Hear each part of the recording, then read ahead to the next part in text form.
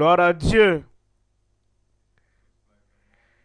C'est comme si la rosée matinale a ôté votre voix. Je dis gloire à Dieu.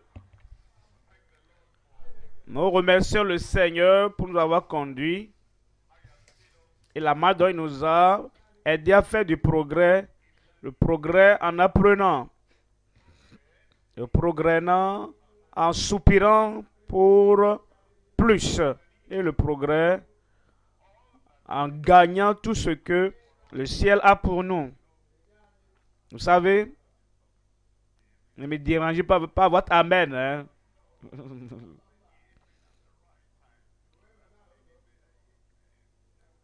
Laissez-moi finir d'abord. Donnez-moi un bon amen.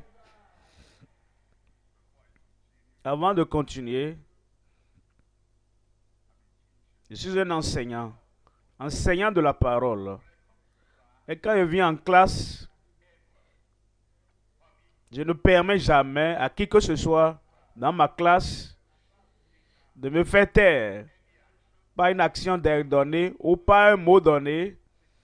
Parce que vous savez, nous sommes là à Baelsa, à l'université médicale de Baelsa. S'ils enseignent à ces étudiants ce qu'ils doivent connaître et ce qu'ils doivent faire en médecine, et l'un des l'étudiant crie, un autre aussi pleure là-bas, un autre fait autre chose pour faire taire le professeur, nous n'aurons pas de bons docteurs. Et quand vous venez apprendre la parole de Dieu, il faut le soupir dans le cœur. Je veux connaître, je veux entendre, je veux apprendre. C'est le soupir qui vous aide à apprendre. Vous soupirez, vous apprenez. Est-ce que vous apprenez? C'est ce qui vous amènera à gagner une bonne position dans la vie, un bon emploi dans la vie. Et vous serez le meilleur dans ce que vous faites à cause de ce que vous avez appris. N'oubliez pas cela. Soupirez, vous apprenez, vous gagnez. Nous sommes là. Et le Seigneur nous a conduits jusqu'à ce niveau. Et je prie. Tout ce que nous entendons deviendra la puissance dans nos vies au nom de Jésus. Aujourd'hui, normalement quand j'enseigne, je ne dois pas vous le dire, mais je vais vous le dire. Je fais la révision de ce que j'ai fait par le passé, si c'est une série que j'enseigne. Et maintenant, je viens et j'entame le sujet du jour. Alors prêtez attention. Soyez patient. Si votre montre vous dérange, enlevez-la et mettez-la dans votre poche. Parce que nous sommes conduits par l'Esprit, par votre montre. Père, nous te remercions aujourd'hui, nous bénissons ton nom. Nous te glorifions, tu es un Dieu puissant, tu es un grand Dieu. Seigneur, je prie que ce jour, que ouvre les cieux, impartis ta connaissance, ta parole, ta puissance dans chaque vie, au nom de Jésus.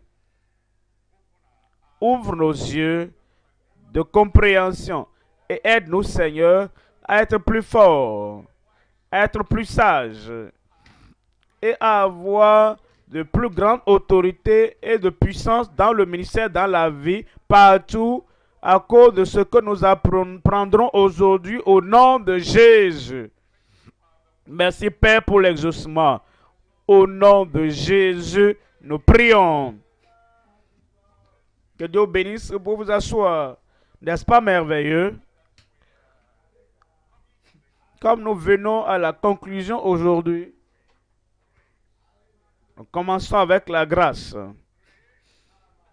La grâce, c'est pour la plus grande raison pour laquelle nous sommes dans le ministère, la grâce. C'est ça qui nous a amené au salut, la grâce.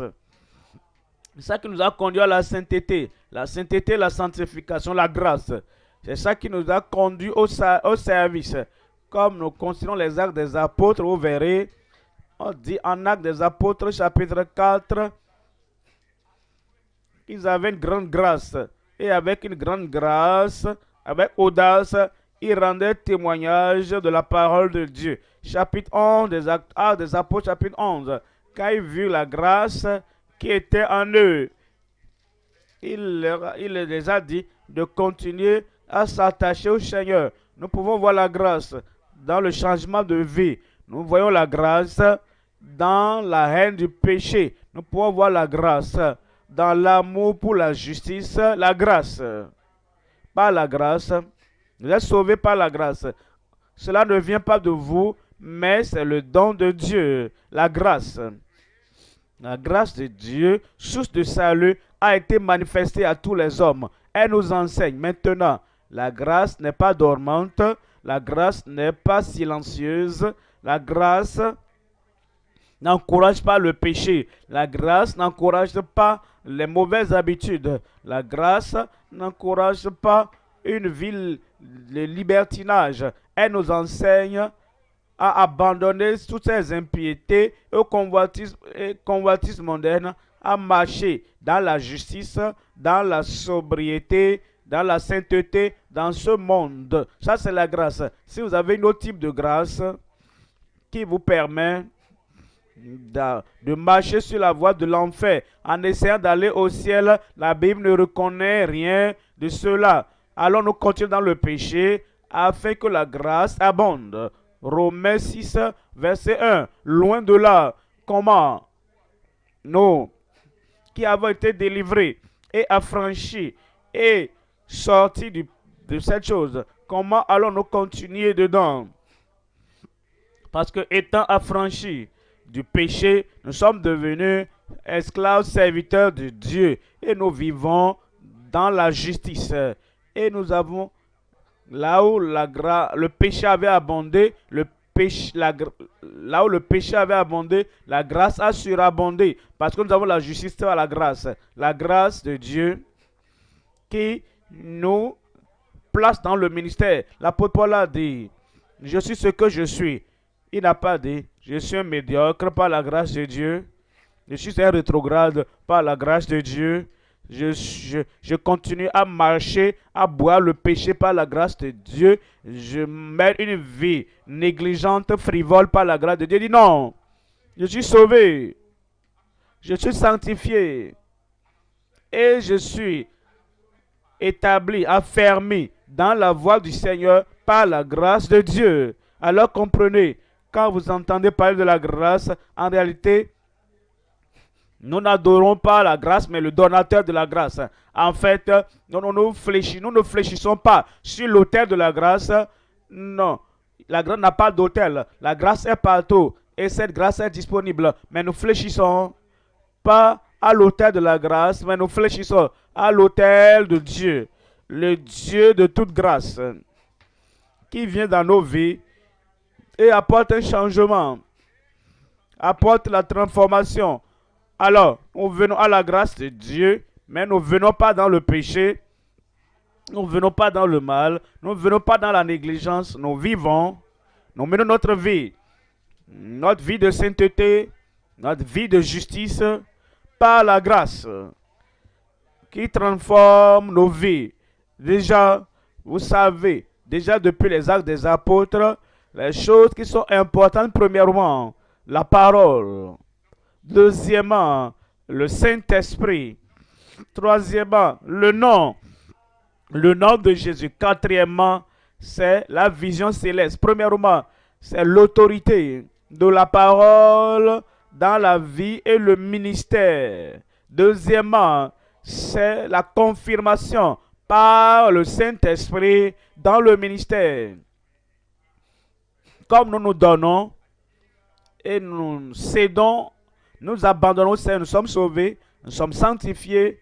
Ensuite, nous savons, vous recevez une puissance, le Saint-Esprit survenant sur vous, et vous serez mes témoins à Jérusalem, dans la Judée, dans la Samarie, et jusqu'aux extrémités de la terre.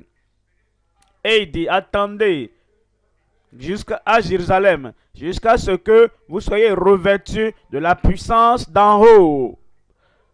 Parce que Jean a baptisé d'eau, mais vous serez baptisés immergés, plongés, submergés dans le Saint-Esprit.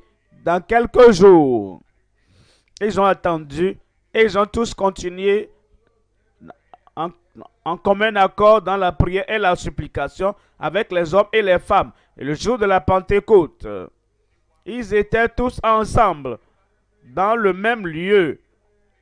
Tout à coup, il vint du ciel un bruit venant du ciel comme un vent et remplit toute la maison. Des langues semblables des langues de feu leur apparurent séparées les unes des autres.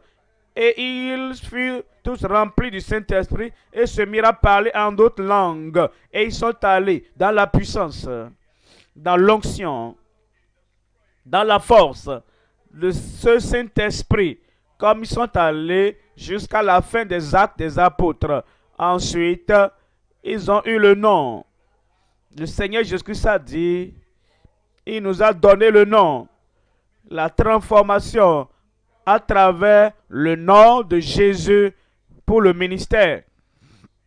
Et vous verrez dans Actes chapitre 3, je n'ai ni or ni argent, mais au nom de Jésus-Christ de Nazareth, lève-toi et marche. Ce s'est passé.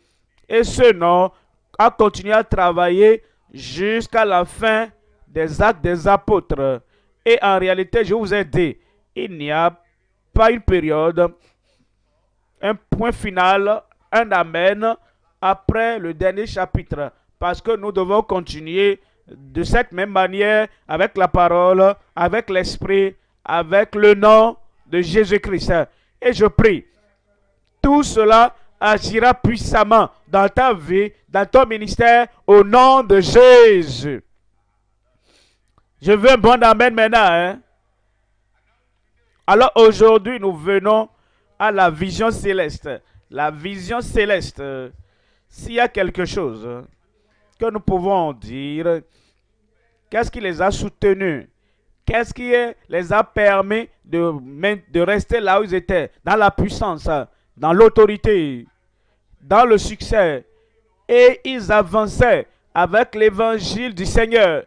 Et plusieurs venaient dans le royaume.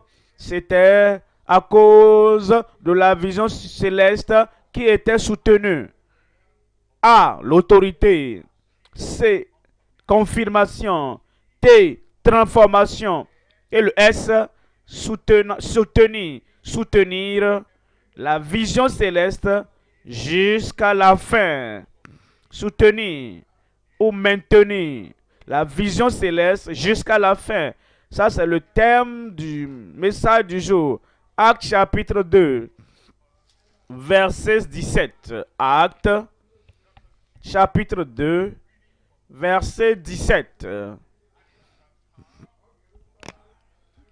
Dans les derniers jours, dit Dieu, je répandrai de mon esprit sur toute chair. Vos fils et vos filles prophétiseront. Vos jeunes gens auront des visions et vos vieillards auront des songes.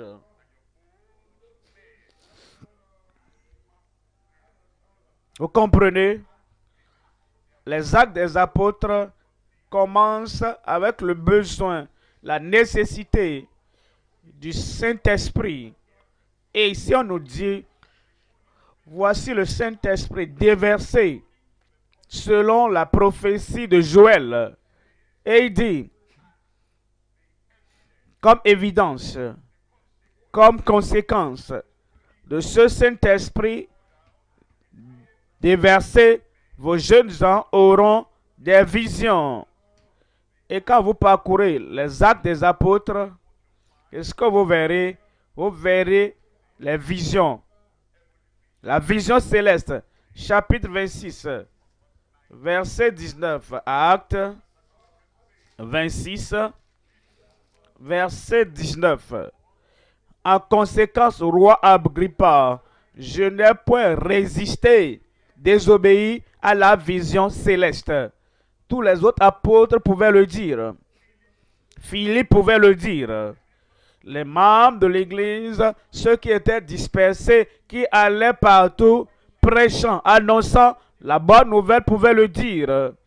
Et ceux qui ont établi l'église à Jérusalem, ensuite à Antioche et dans toutes les villes partout dans le monde, eux aussi, ceux qui avaient bouleversé le monde, sont aussi venus ici. Tous ceux-là pouvaient aussi dire: ô roi Agrippa, nous n'avons pas résisté, désobéi à la vision céleste.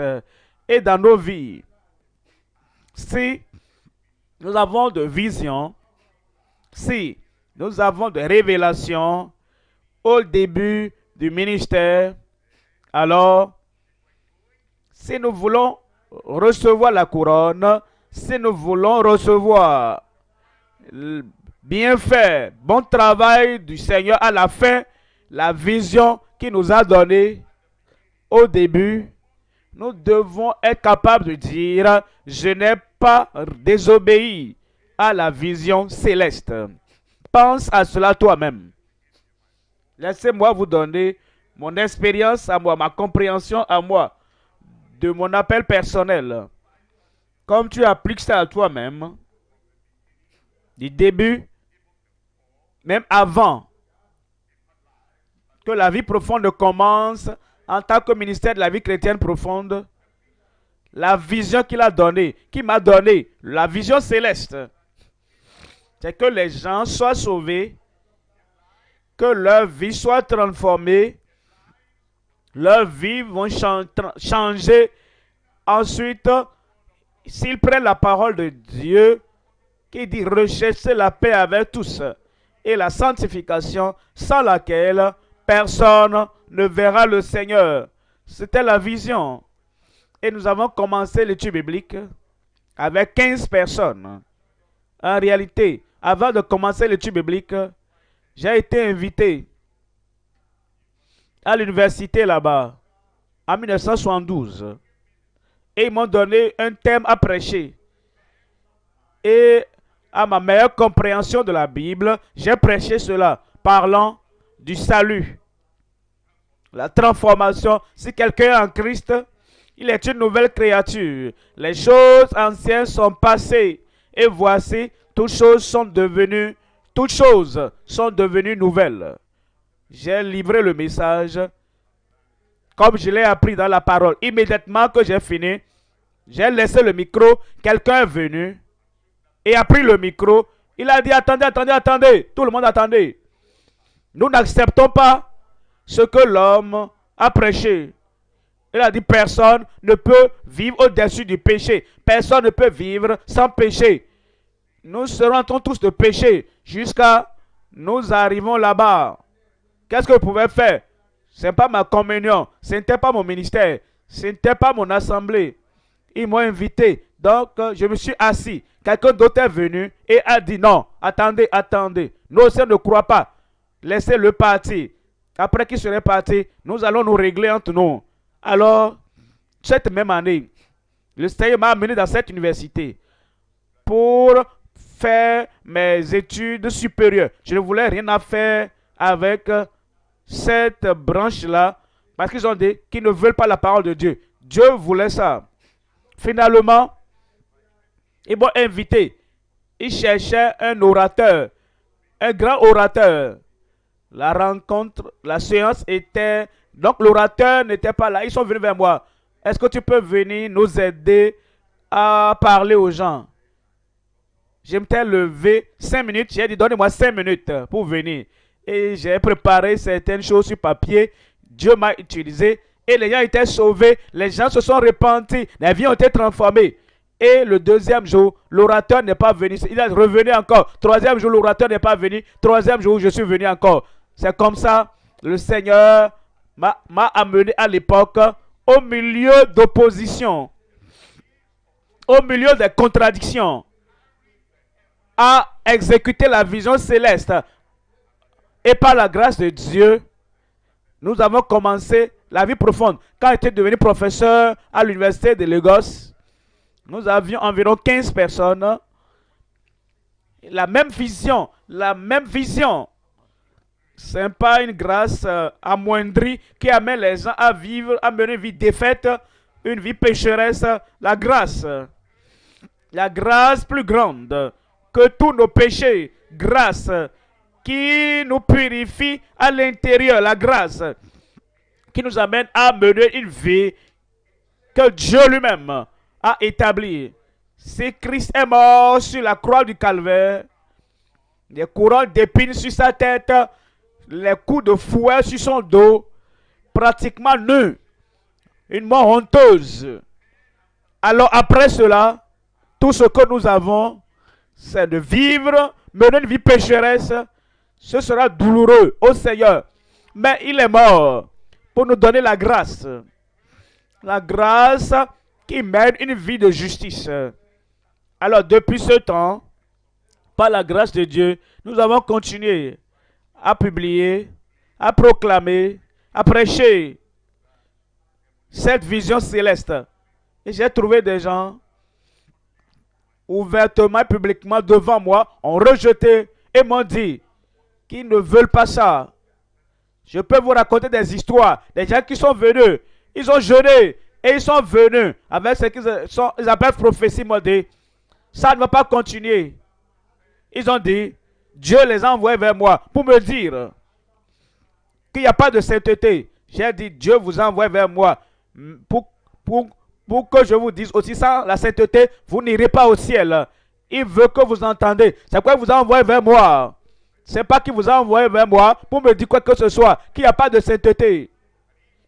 Je n'ai pas permis à qui que ce soit, même pas la chorale, même pas l'un ouvrier, de changer la vision céleste, rechercher la paix avec tous les hommes et la sainteté sans laquelle personne ne verra le Seigneur. Nous avons soutenu cela. Je maintiens cela. Je fais des croisades, mais je suis toujours vie profonde. Je vais dans d'autres églises, mais je suis toujours vie profonde. J'aide les gens que je peux aider. Je ne vais pas permettre aux croisades, à l'aide aux autres, m'arracher la vision céleste. Ça ne le fera pas. J'ai dit ça ne le fera pas. En réalité, chorale. Si vous avez une vie profonde, chorale de la vie profonde, quand vous venez chanter à la croisade, n'emportez pas cette danse mondaine dans la croisade où la vie profonde organise. Et n'apportez pas tout ce type d'habillement que j'ai vu la nuit passée. La femme ne portera pas ce qui appartient à un homme. Quand vous portez une veste comme je porte, ça appartient à un homme. Quand vous portez vos pantalons ou quelque chose, ça appartient à un homme. La croisade ne veut pas dire que nous oublions d'où nous venons. La croisade ne veut pas dire que nous oublions la vision céleste et que nous amenons le monde dans l'église. Ça va s'arrêter.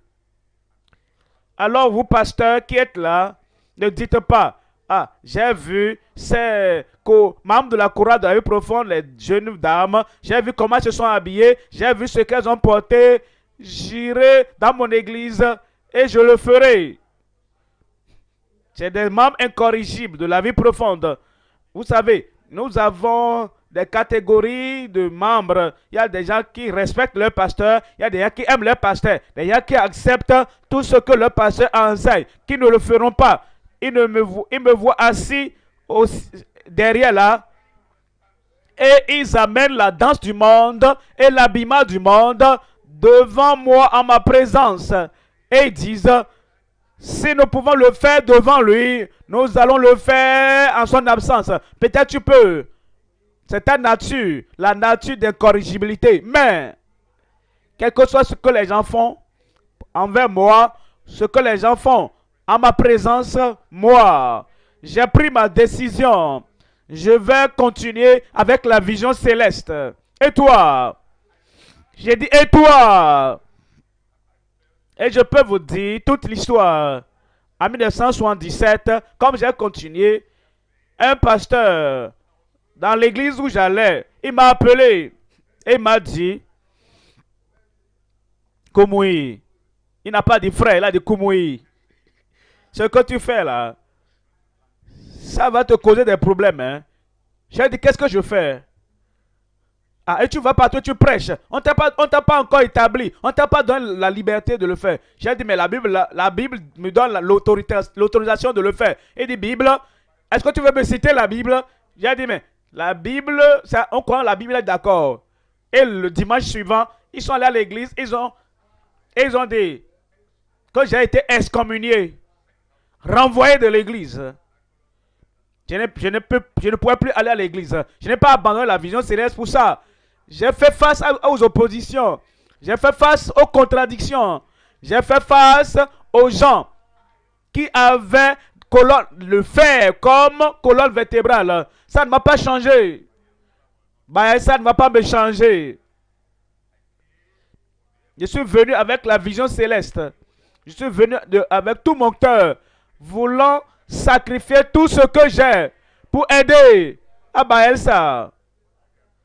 Que leur chorale, que leur ministre, l'État de Baelsa ne va pas voler et arracher la vision céleste de mes mains. Un bon amen. Vous serez mécontent si vous entendez que j'ai quitté l'état de Baelsa. L'attitude et les actions et les habillements m'ont rabaissé, que ça m'a fatigué, que je n'ai pas pu continuer. Moi, je vais continuer. Et vous allez continuer au nom de Jésus. Vous dites, pasteur, est-ce que vous combattez ce matin? Oui. Combattez pour la foi qui a été transmise au sein une fois pour toutes. Combattez le bon combat de la foi. Vous voulez, on veut t'arracher l'évangile, tu ne vas pas te combattre. On veut t'arracher la sainteté, tu ne vas pas combattre.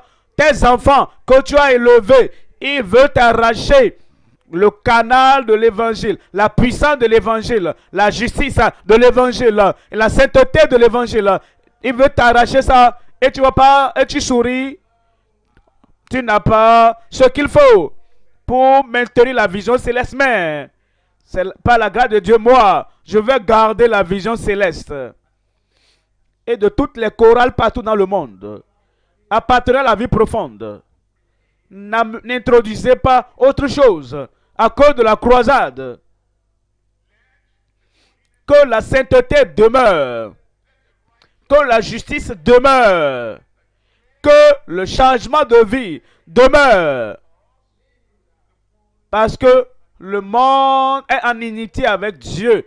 Et si vous amenez le monde, vous deviendrez ennemis de Dieu. Cette église, la vie profonde, les croisades ou pas croisades, conférence des ministres ou pas conférence des ministres, tout ce que le Seigneur nous a révélé, nous allons maintenir jusqu'à la fin au nom de Jésus.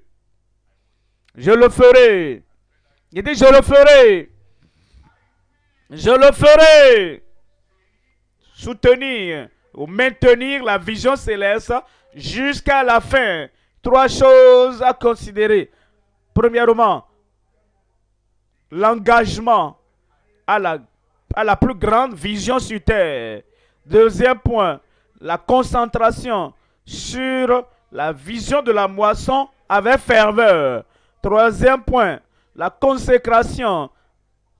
Premièrement, c'est la concentration. La consécration à la vision céleste jusqu'à la fin.